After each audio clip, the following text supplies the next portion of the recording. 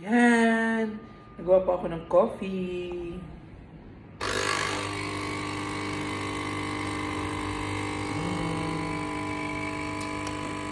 3-in-1. Ako po ay nakabili kagabi ng hopya. Munggo. Munggo. Ano pala siya? Hindi pala munggo. Hopya onions. Hopya onions.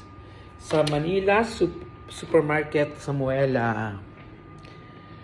Galing ako dun kagabi kasi pumasyal sa akin ang aking friend. Tapos, sumama ako sa kanya.